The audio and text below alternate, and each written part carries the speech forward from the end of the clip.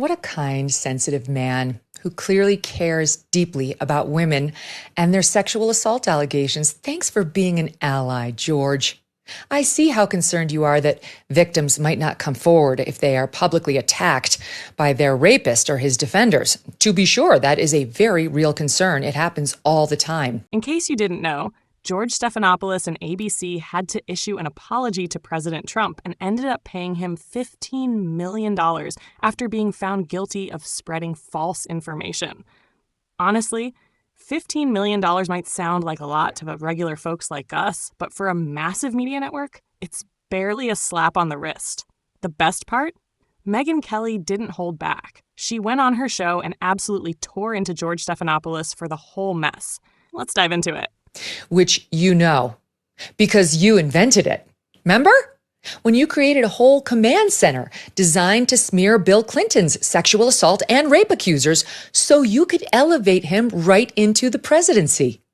The attorney representing many of Bill's accusers, and there were many, George, Juanita Broderick, Kathleen Willey, Paula Jones, Jennifer Flowers, to name just a few, said you and James Carville, at Hillary Clinton's direction, formed a so-called war room, whose purpose was, quote, to destroy any woman that would challenge Bill Clinton. You know the war room. They made a whole movie about it. George Stephanopoulos. I'm Director of Communications. Bush was on the defensive. Another good night for Bill Clinton. 3 debates, 3 wins. I guarantee you that if you do this, you'll never work in Democratic politics again. Such a tough guy. This attorney points out that you don't like to talk about this particular behavior, George. Maybe that's why you skipped it in your discussion with Nancy Mace. But as you know, private detectives were hired. The women say they were threatened, and they were publicly shamed by you and your well-funded team. Did you worry then that this behavior might shame victims from coming forward? You admitted in your own memoir that Hillary Clinton told you about one accuser, quote, "We have to destroy her story." Did you object? Did you say, "That's shaming"? No. In fact, you later described yourself as Bill Clinton's, quote, "enabler." But sir, how could you have enabled and defended a man like this, accused by multiple women of sexual assault, rape, and harassment? Which brings us to Paula Jones. You were Clinton's attack dog when Jones came forward claiming Bill Clinton had exposed himself to her. That when he was governor of Arkansas, he summoned her through state troopers to a Little Rock, Arkansas hotel room and took out his penis, a charge Clinton denies, just as Trump denies E. Jean Carroll's allegations against him. What do you think he wanted done with that thing, George? Just a little show and tell? If you're enjoying this content, don't forget to hit that like button and subscribe. I'd love to hear your thoughts, so drop a comment below and let me know what you think about everything happening here. Jones was poor, a graduate of secretarial school, and worked for the state. She had no power, no connections, and he was the sitting governor. She didn't go to Columbia and Oxford and become a Rhodes Scholar like you, George.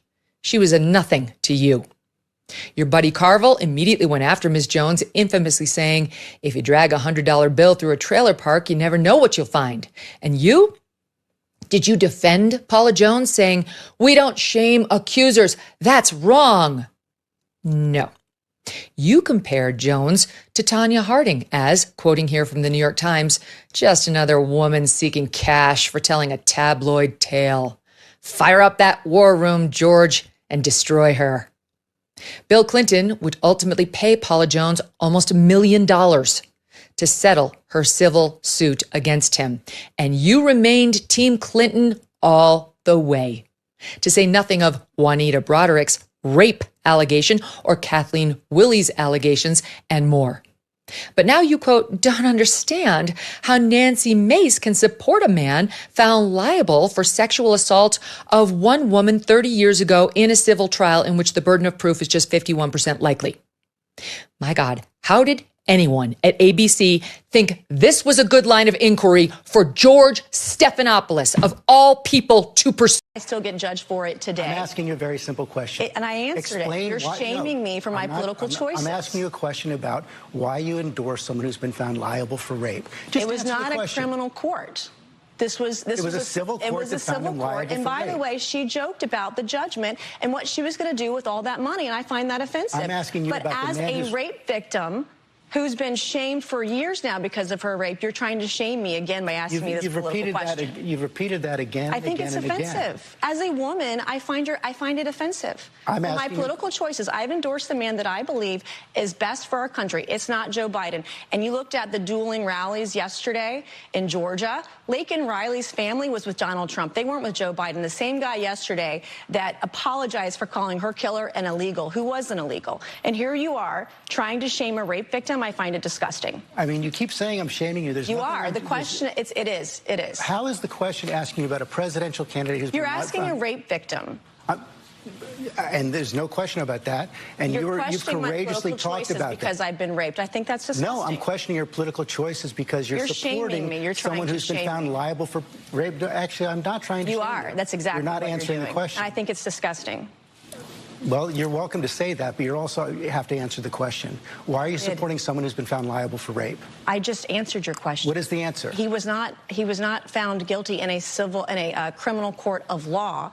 It was sexual abuse. It wasn't actually rape, by the way. And E. Jean Carroll joked about all the money she's going to get and made a mockery out of this case. And I think that's offensive. There's a reason why women don't come forward. And when you have someone who says that they're raped and they make a mockery out of this civil court judgment, it's offensive to other women. It makes it harder for other women to come forward when another woman has made a mockery of it. You said women don't come forward because they are afraid. They are afraid because they are defamed by those who... You're trying to shame me this morning. They are afraid to come forward, as you said, because they are defamed by those who commit the rape. That's what Donald Trump has been found guilty of doing. He defended himself over that and denies that it ever happened, but he was not found guilty in a criminal court of law. Seeing these narratives from the left fall apart lately has been something else.